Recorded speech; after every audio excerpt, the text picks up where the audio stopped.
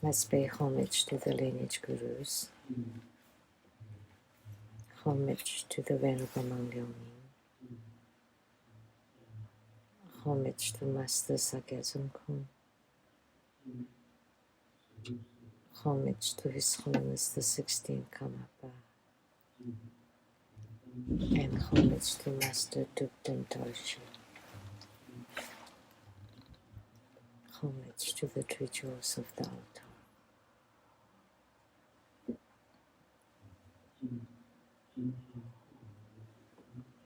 Homage to the main deity of Homa today, the Maha Prajna Buddha Mother, or Maha Sumo, Tanchen Katsu, Dukden Siddhi, Dukden Kama, all Dharma masters, Dharma lecturers, Dharma teachers, Dharma instructors, Dharma tutors, temple and center directors, and all disciples present here and over the internet. Good afternoon. How do you do?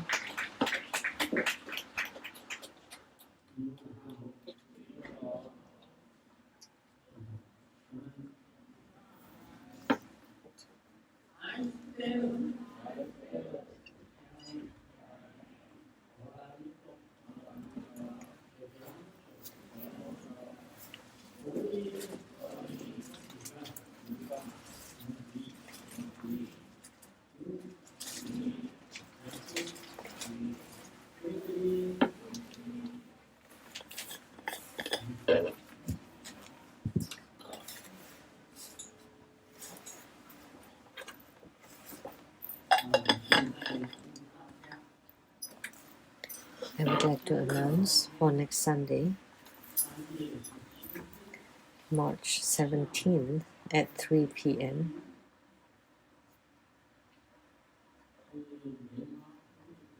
there will be Padma Kumara Homa, fire offering ceremony.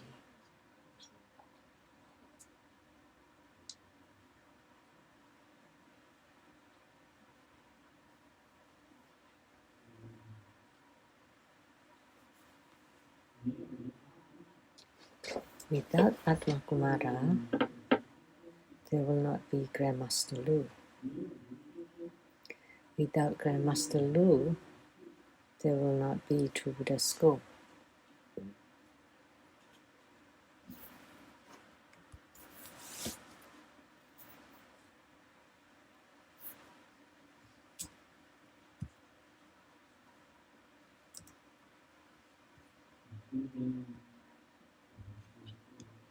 And today,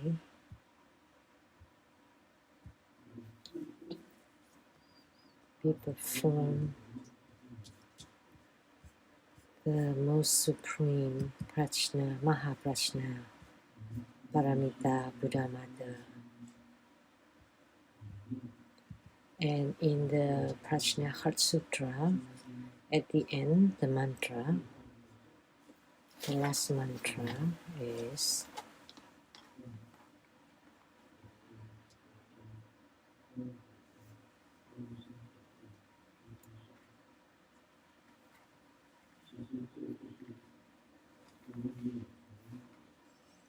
actually that mantra is the mantra belonging to Prajna Buddha Mother.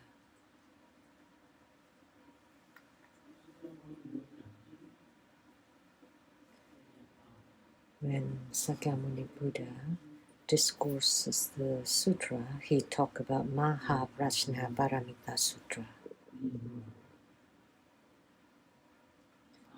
And Maha Prajna Paramita Sutra, as I often say,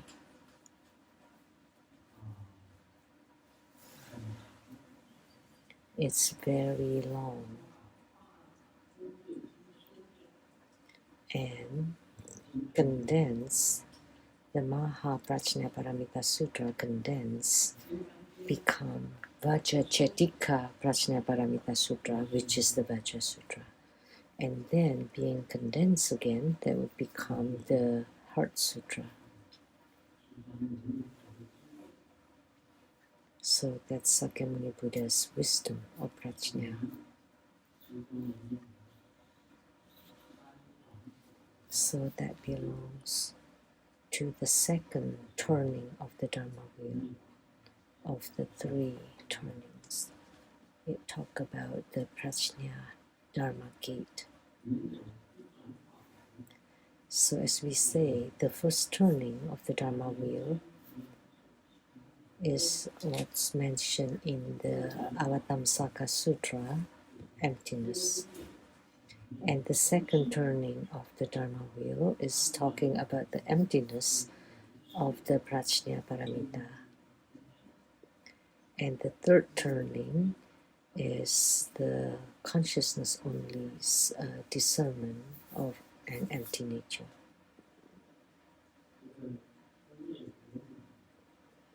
And Prajna Buddhamata is the highest, the most supreme Buddhamata. Just now I recited several of the key Buddhamatas. Actually, there are many more Buddhamatas, many more Dakinis.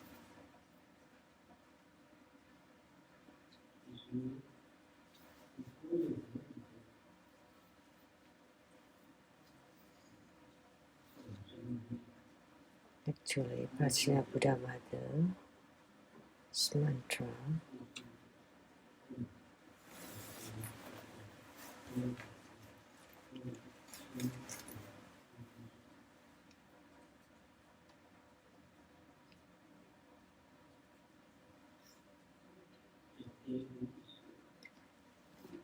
the meaning of Gate is pure or purity, self-nature, pure self-nature, and everything is pure.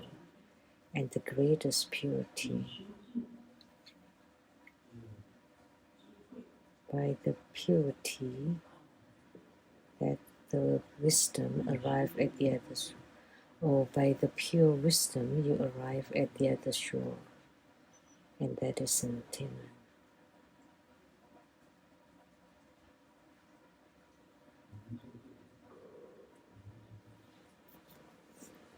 So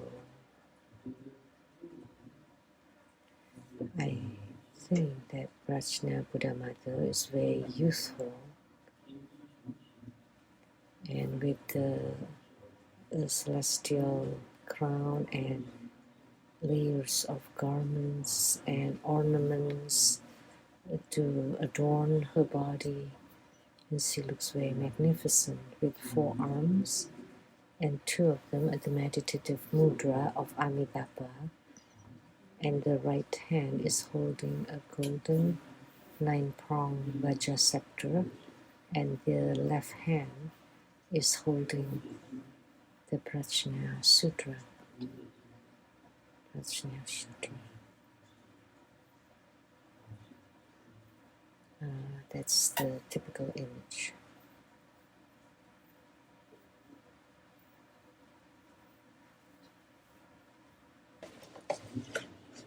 Now let's tell a joke.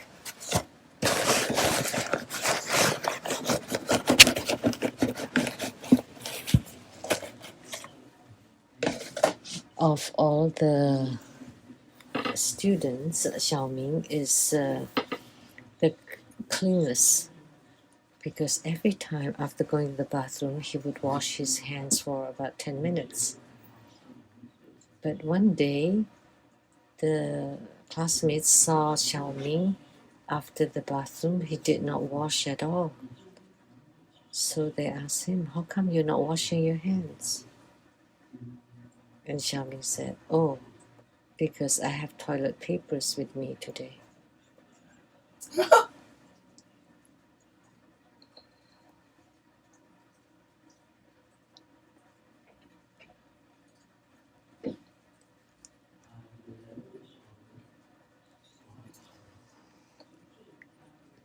Someone make Xiaoming. What would be the best team for women's diving? And Xiaoming replied, of course, mother-in-law and daughter-in-law. Why? Xiaoming said, because mother-in-law and daughter-in-law, they always fall into the water together. It's a joke, because many girls ask, if your mom and I, the wife, fall into water, whom would you save first?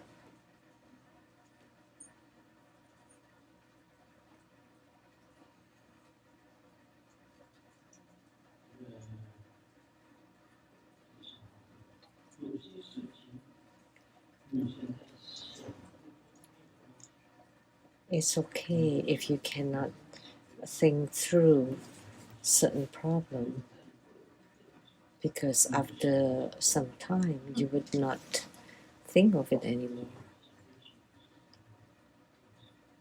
and you can't even remember what it was. So don't think about it. Now we'll do Q&A. A question from Taiwan, Lianhua Defu. Master, how are you? Peace. For a long time, every time I read in the book this mantra to eliminate evil thoughts, I want to recite it, but always struggled with its pronunciation. And there is no mantra recitation in Buddha school, and so I only can look at the pronunciation transmitted by other schools. So I humbly request Grandmaster to pronounce the Surangama mantra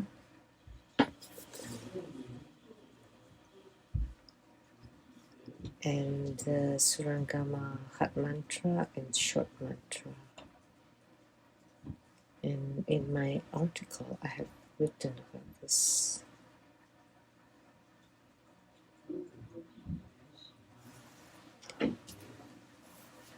Many students love this sutra, Surangama mantra of the great Buddha's crown, to obtain the Buddha's blessing, and ask me how to chant it. So you can chant the hot mantra or the short mantra, and the merits are the same. Let me recite it. Recite the short mantra, the hot mantra.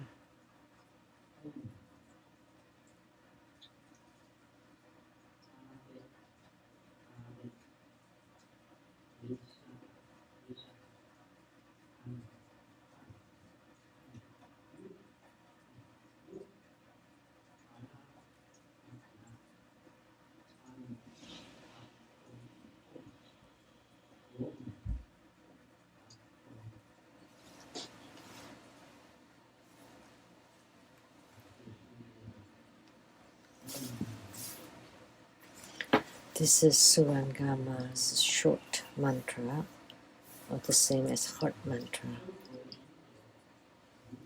And true Buddha practitioners, in chanting this mantra, can visualize a golden mantra syllable, Rom, in Sanskrit, Rom, at the practitioner's crown, radiating light upon all sentient beings. Rom is the syllable of Vairocana Buddha's crown.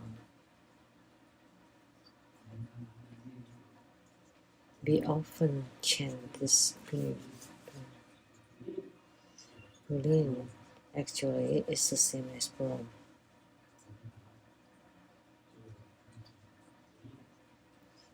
And we transliterate it as Bulin, Brom, Brom, Brom.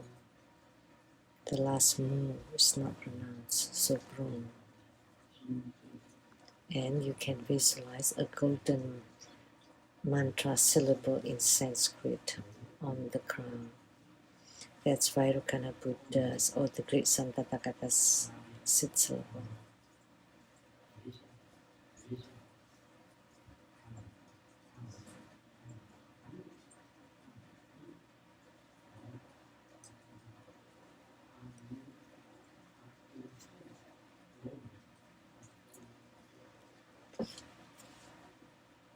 That's the mantra.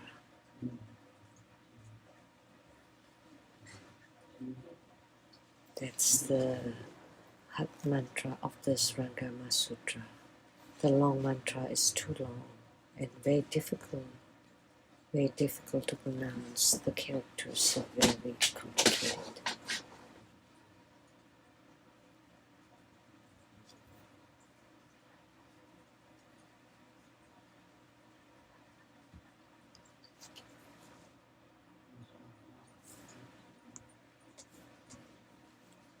This joke is not so funny, but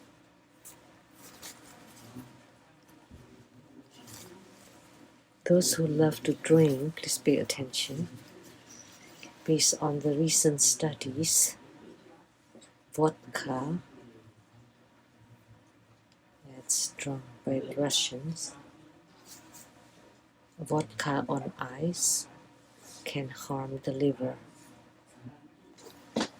Brandy on ice also harm the liver. Whiskey on ice also harms the liver.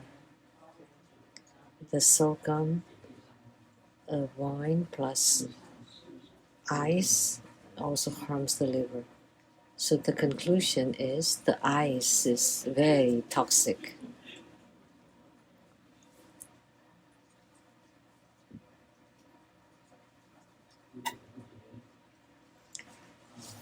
A lady got to the bubble milk shop. Please give me a glass without ice.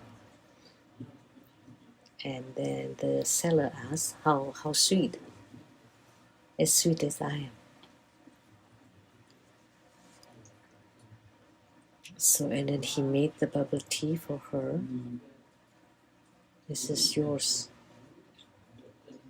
It's sugarless. Not funny? As I said, it's not funny. That means the lady must be very ugly. No sweetness at all about her. Just saltiness.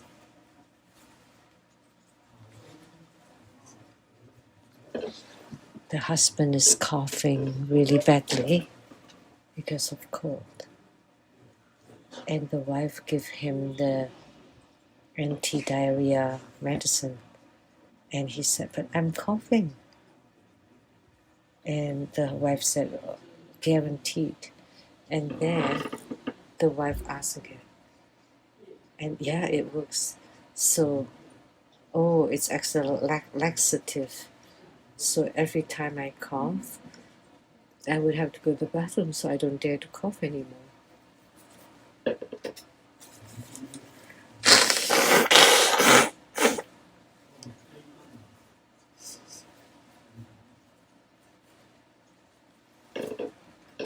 Now onto the main subject. This passage is very long.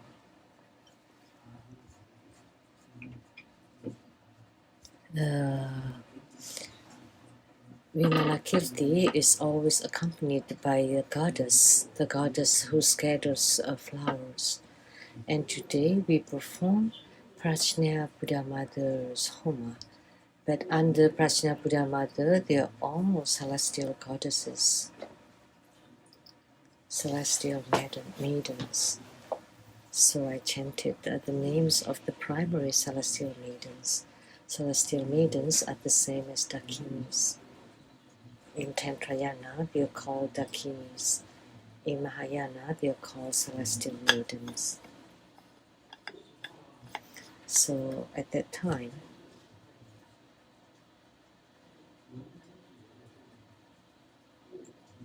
in Vimalakirti's bedroom, there was a celestial maiden. She was invisible. Seeing many people, Manjusri and Vimalakirti and many heavenly beings, and having a dialogue in that room. So the celestial maiden manifested her appearance or form, and in the sky, because she's a celestial maiden who scatters flowers, so she scattered the heavenly flowers upon all the bodhisattvas and the 10 great disciples of Sakyamuni Buddha. And all these flowers fell upon the bodhisattvas' bodies and immediately dropped off. But when they fell on Sakyamuni Buddha's great disciples, then the flowers stuck and did not fall off.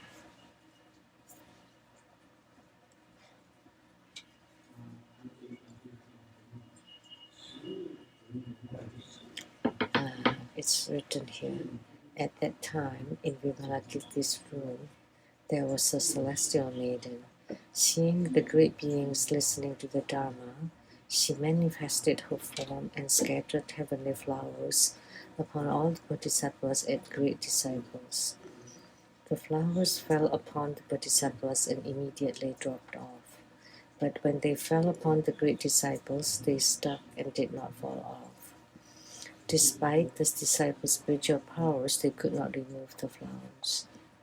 So those heavenly flowers were scattered, and then those that were scattered upon the bodhisattvas would fall on the ground, but that fell on the great disciples would stuck to their bodies. And those disciples used their hands to move them, and they are still stuck. And they used their supernatural powers, and they still could not remove the flowers.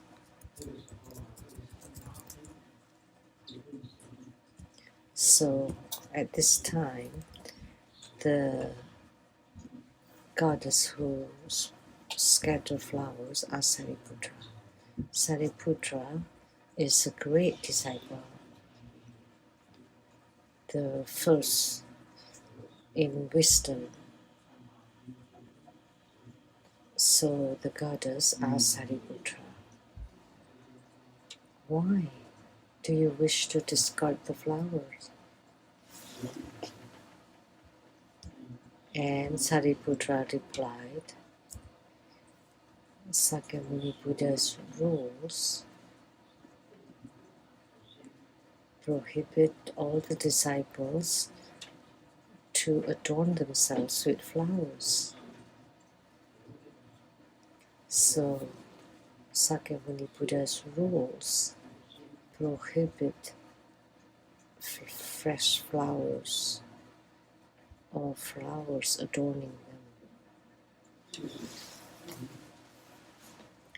That is against the law, against Dharma. So that's why we want to take it off, but we could not.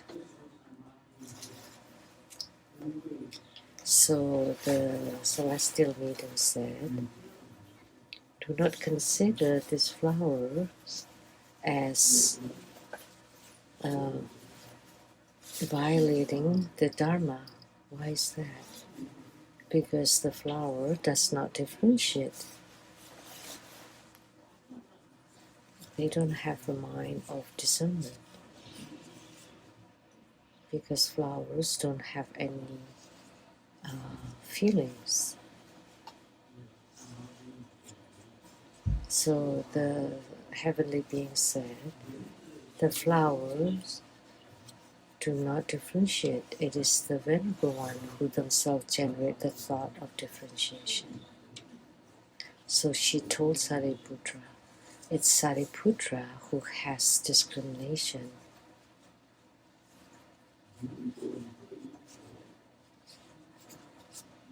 If while living the household life for Buddha Dharma, you still discriminate, that is not in accordance with the Dharma. So the heavenly goddess is incredible. So whether you left home or you stay home, there is no differentiation. But you have differentiation even toward the flowers. So that's against the Dharma.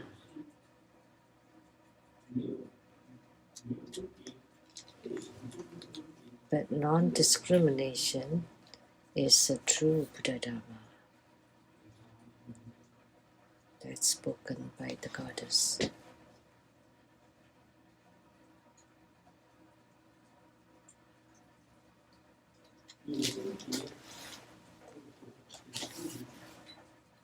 So with discrimination, then the Buddha Dharma does not comply in accordance with the Dharma, but non-discrimination is in accordance with the Dharma.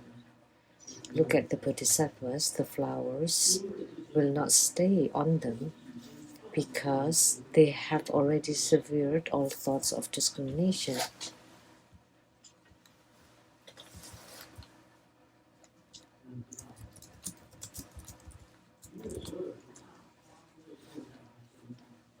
Because for the Bodhisattvas, the flowers do not stay on them and they would fall off to the ground, because they have no thoughts of discrimination.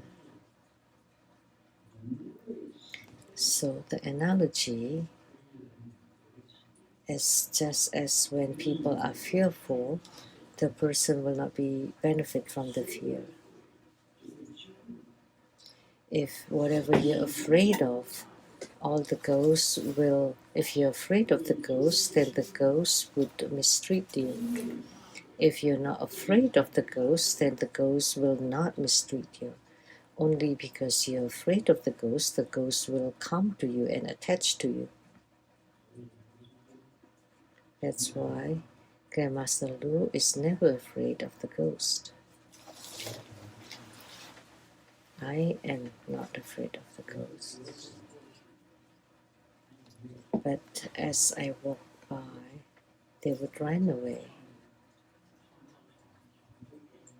And then when they hit the bed, and they would bang at the walls, or wherever I go, the fridge would make sound.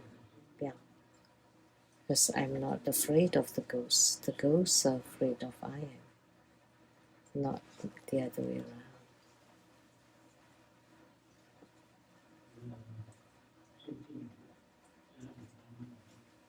Recently, we have enshrined Akalanata, a huge statue, and a huge Mahabala,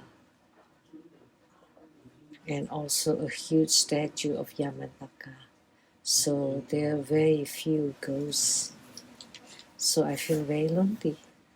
In the past, when I go to the underneath the sink, it would make a lot of sound, a lot of noises. Or opening the cabinet, there would be shrieking inside, but not anymore. So it's very, very quiet. So I feel very lonely. The four ghost wives. Ghost wives. One is the most beautiful one, is Chen Chen. And an old friend, Din Din or Zhen Zhen.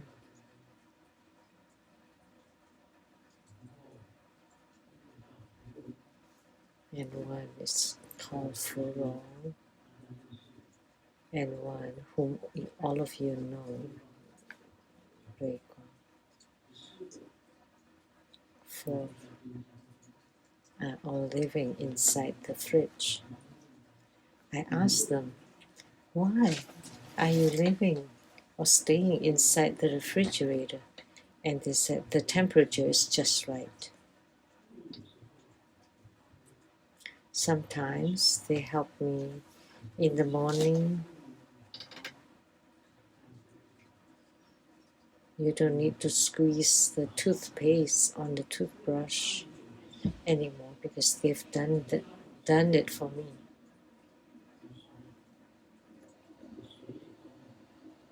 And the water has been filled, the cup's been filled with water. Sometimes they would prepare those things. So there are benefits having some ghost wives, 4 ghosts as wives, because the US law only allows 1 wife, right? 1 husband and wife. But it's not against the law to have ghost wives.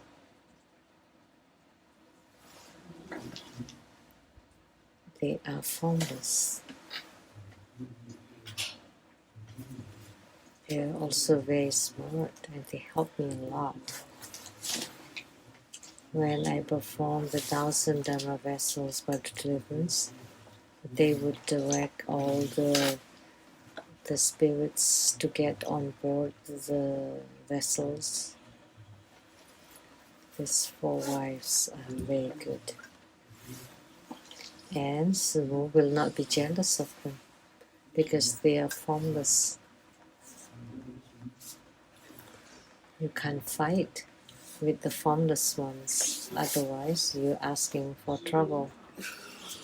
So Grandmaster is not afraid of the ghost. And because I'm not afraid of them, the ghosts like Grandmaster. So I'm on good terms with them. But the tangible ones are very problematic. But intangible wives are trouble-free. One time I carry one of them in my bag for the Homa. And then when we were about to go home, I put it back inside the bag and she didn't like it. At that time, Master De Hui was driving. I told her, don't let Master De Hui see you. Otherwise, he would drive very dangerously. Simu could see you, so you should not let Simu see you either. And she said, don't worry. She sat at the last row of seat. And then Simu placed her bag next to her. And when she was trying to get something out of her bag, she saw Chen Chen. Very beautiful.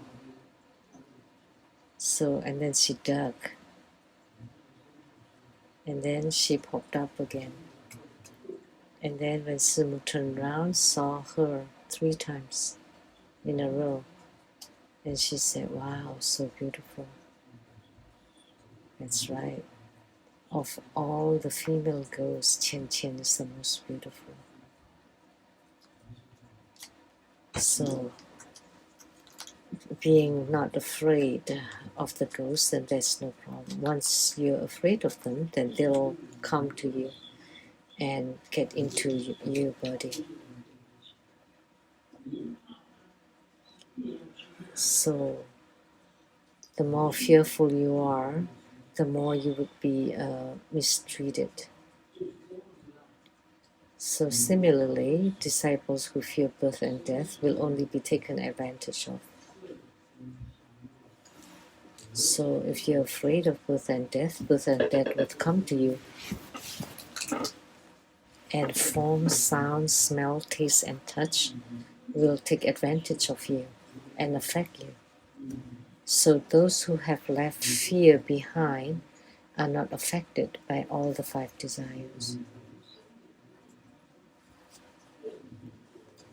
then it's the 5 kinds of desire will not affect you at all. The ones still bound by habituation or habitual tendencies of being fearful are attached to the flowers remaining on the body. But for those who have ended their habituations, the flowers do not cling to them.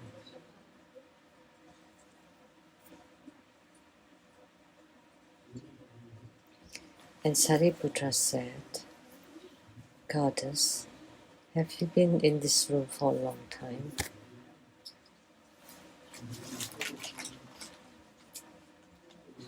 Sariputra asked, Goddess,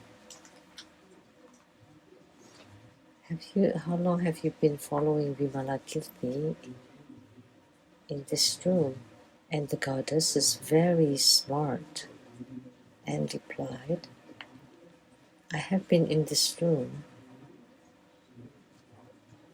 as long as Sariputra's liberation. However long you've been liberated, that's however long it is. What the goddess is saying is full of wisdom. And Sariputra said,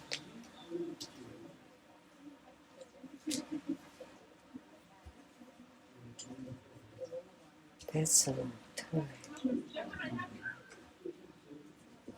And the goddess said,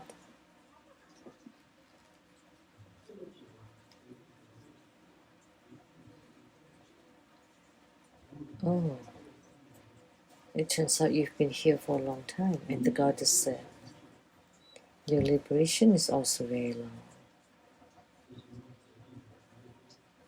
And then Sariputra remained silent and did not answer. And the goddess further asked,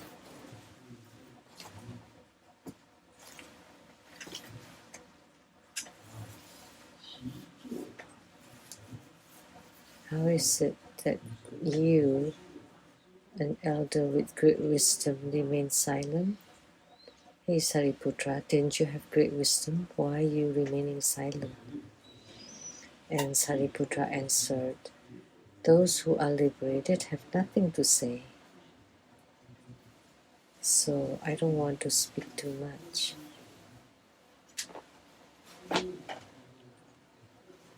I don't want to say too much and I don't know what to say.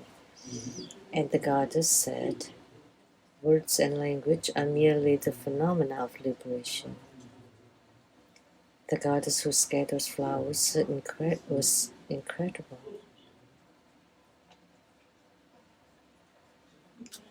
So, words or speaking, that's liberation too. Why?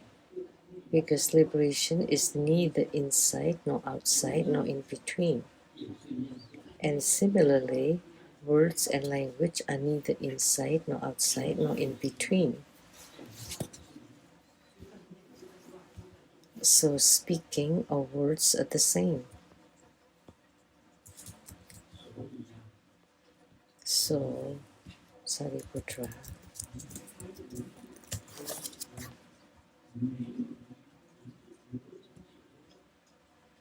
so therefore, there is no speaking of liberation apart from language. Why is that?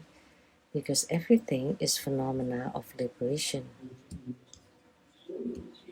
This was spoken by the goddess. So everything is the phenomena of liberation. And then Sariputra started to speak.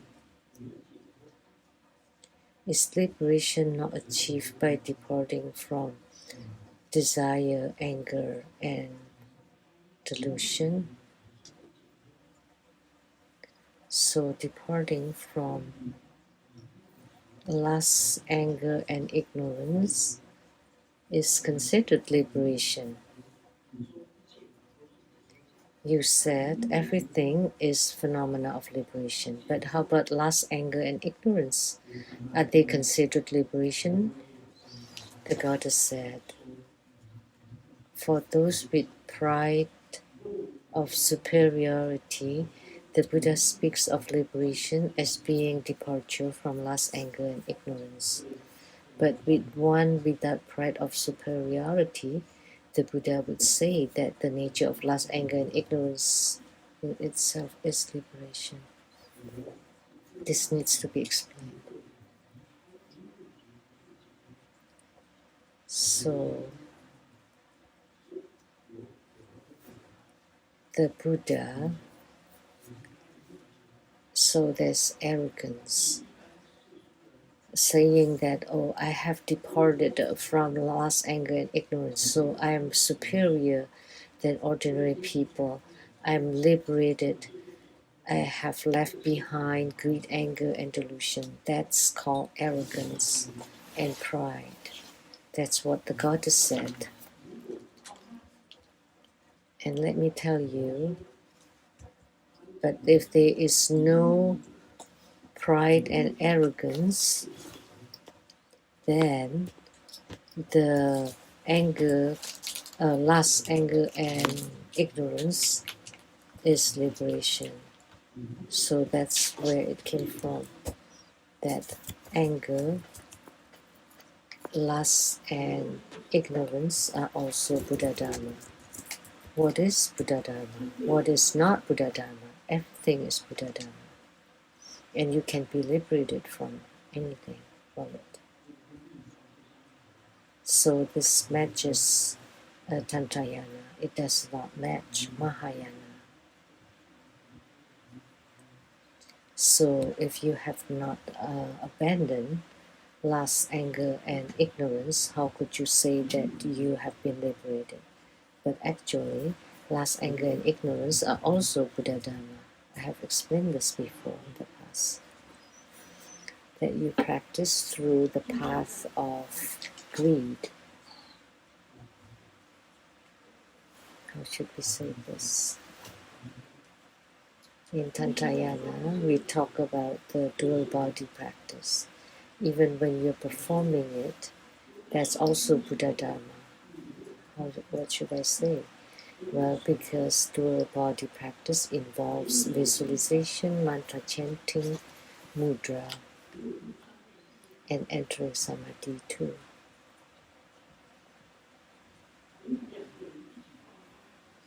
And two people radiating light together, so how could that be not Buddha Dharma?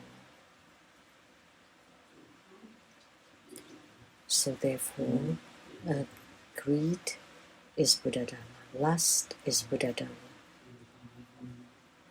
That's what the goddess said.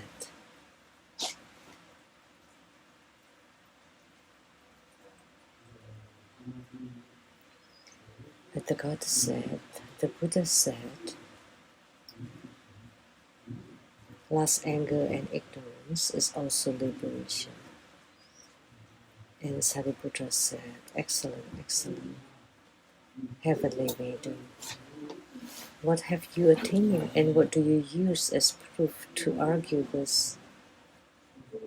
What have you gained? What have you attained that you can argue as such? And this celestial maiden said, I have neither attained nor have proof. That's why I can argue.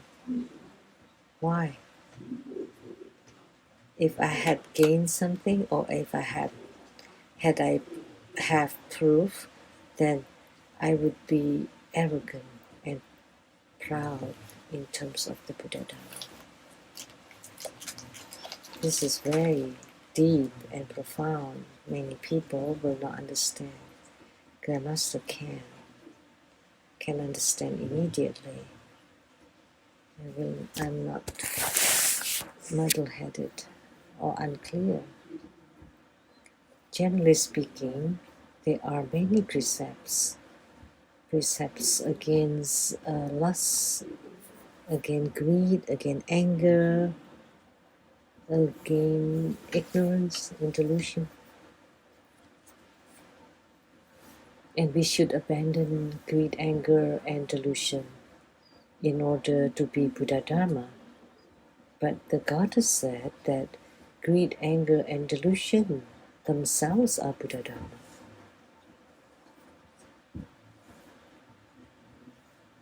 Wow, the rain sounded like firecrackers. Is that rain?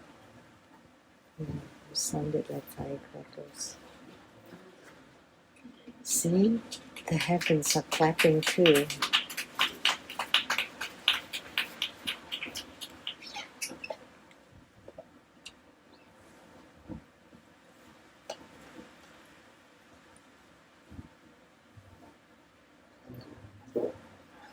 This is very difficult to explain. It's difficult to explain clearly. Sariputra asked the goddess,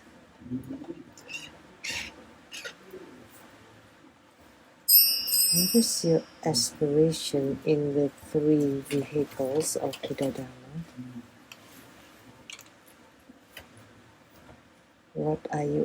What Dharma are you aspiring, or what Dharma have you gained?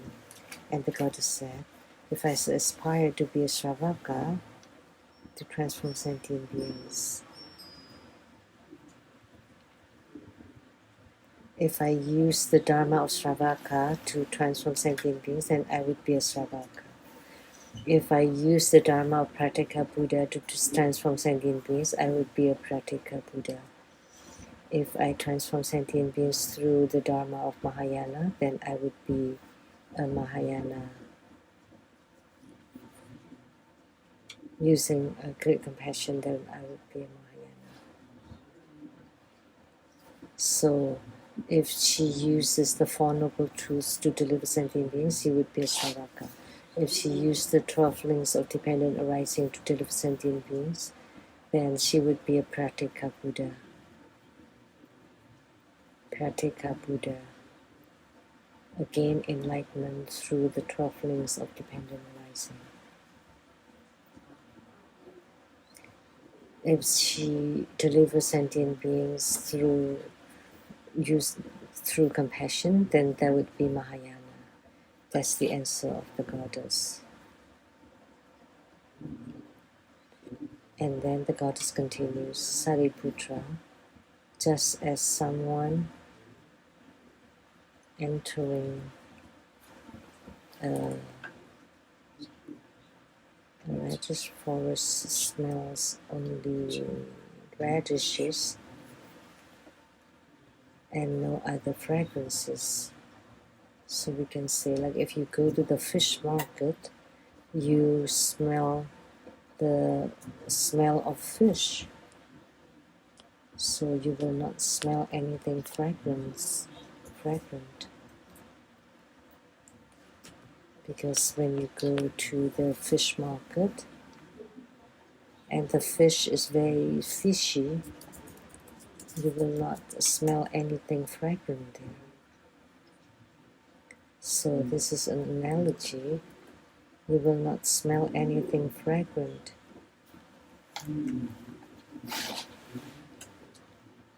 If you enter Vimalakirti's room, you only smell the fragrance of the Buddha's virtues and merits. All that you smell is the fragrance of the Buddha.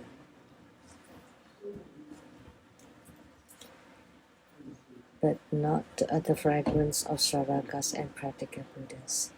Of course, Shravakas and Pratika Buddhas have their own kinds of fragrance, but the fragrance of the Buddhas is superior.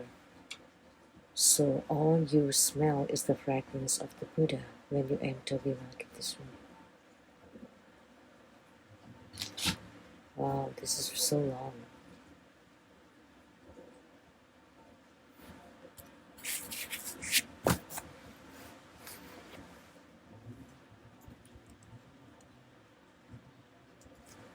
Talking about lust, anger, and ignorance, they're all Buddha Dharma. It's actually mentioned in the Surangama Sutra and several other sutras that we entice people by fulfilling their desires and then guide them onto the Buddhist path, because it's very difficult to ask people to cut off their desires. But if we make use of the human's desire to cultivate spiritually, that would be very easy. That's why desires are considered Buddha Dharma too. In the past, Professor Garma Zhang is his grandmaster's disciple. In the and he wrote a book called What is Buddha Dharma?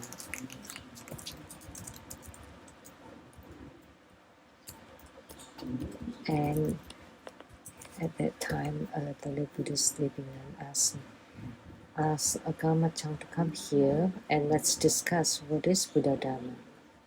This is Vimalakirti Sutra. It states that everything is Buddha Dharma.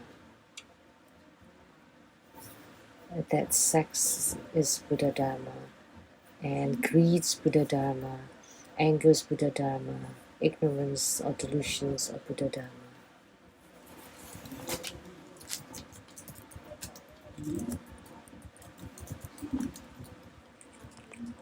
So in Tantayana, the lust is transformed into dual body practice, and then it can guide you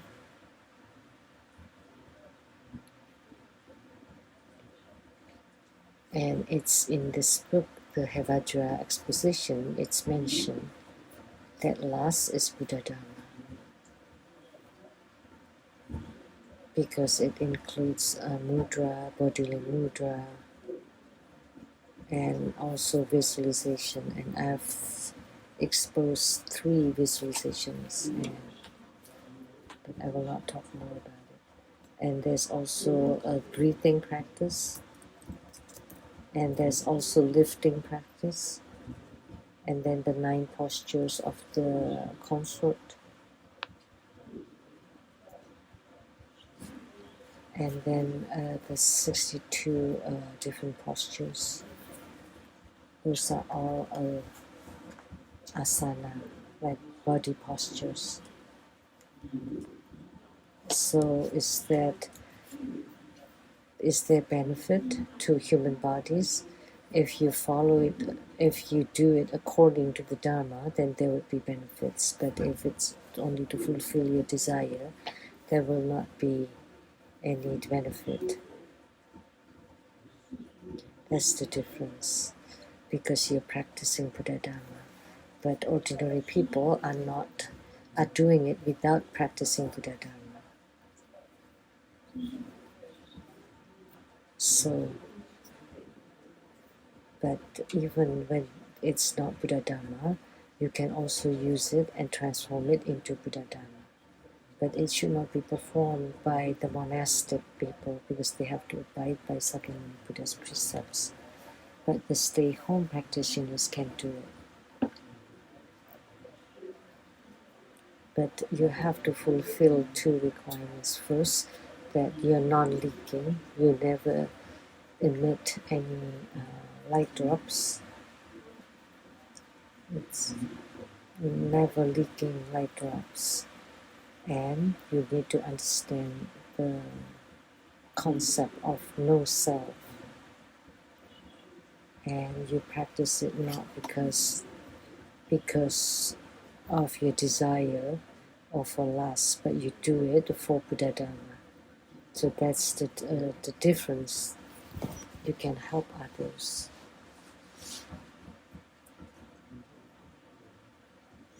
You can help others to open the central channel, to open the 5 chakras. And then the 5 chakras become 5 different lights appearing and then all the channels would open at this time. That's through the breathing practice, by using the chi to open the central channel, the 5 chakras. That all depends on the breathing practice. So this is the practice through greed or lust.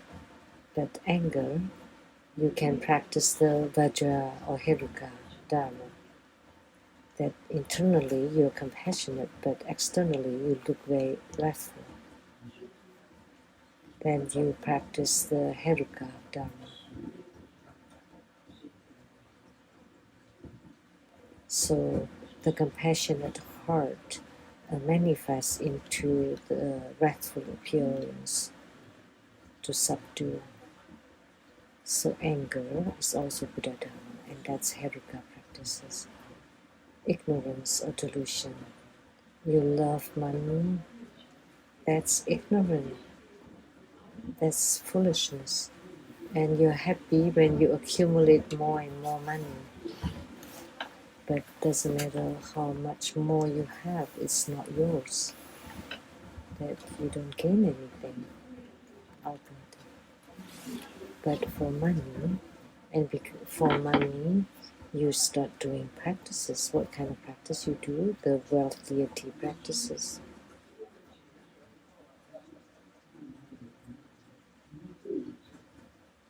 So, although you're practicing wealth deity practices, but gradually you're guided onto the Buddhist path, and that's also Buddha Dharma. So, lust is associated with the dual body practice, anger, the Heruka practices, and foolishness or ignorance is the wealth deity practices.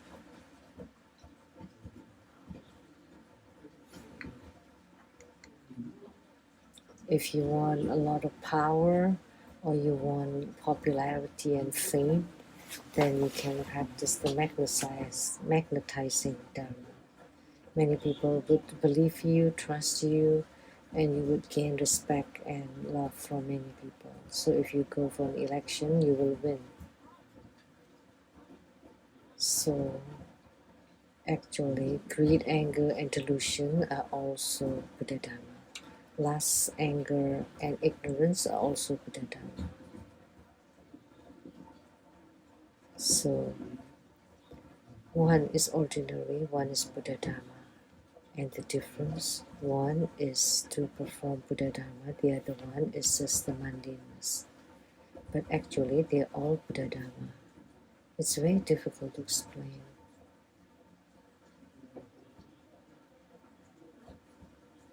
Otherwise, you just practice the Mahayana. One is to cut off anger, greed, and delusion. The Buddha's 10 great disciples cut off anger, greed, and delusion in order to attain Buddhahood. But the goddess said that anger, greed, and delusion are also Buddha Dharma. So I'm just explaining why the goddess said so.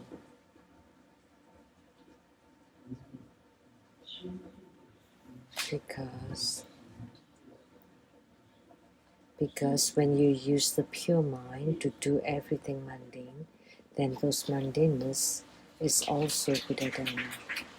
All this mundanity that you perform are actually Buddha Dharma. Actually, everything is mundane, and that's the characteristic of the mundane beings. But you make use of the mundane things and transform them into Buddha Dharma, and so it becomes Buddha Dharma. But if you don't transform them into Buddha Dharma, then they remain mundane. That's all I can explain.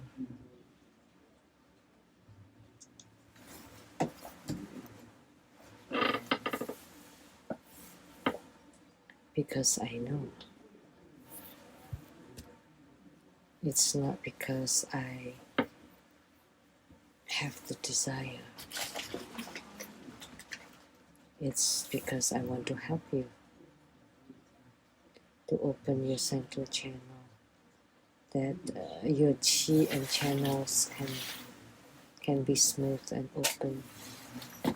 And when they're open, how to visualize and how the light drops can descend, how the inner fires to rise, and at what point that you need to use your breathing to ignite the inner fire, and at what time how can you melt your light drops, and then how to blend them so that you can open the crown chakra, throat chakra, heart chakra, secret chakra, and navel chakra, and secret chakra, sacral chakra.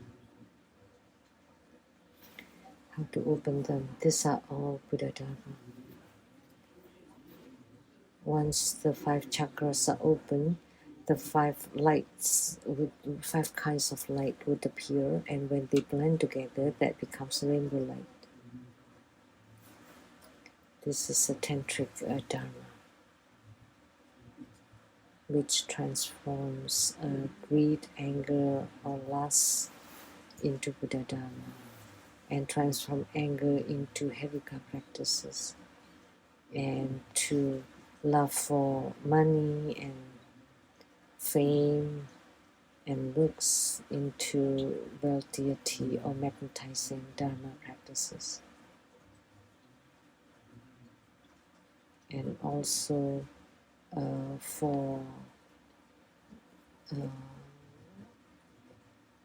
maintaining usefulness.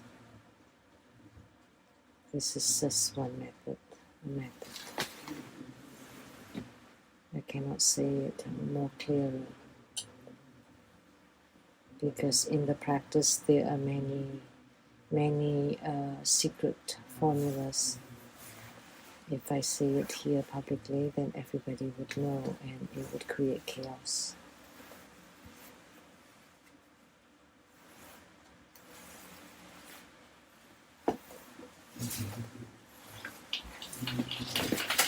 That's all. Om Mani Padme.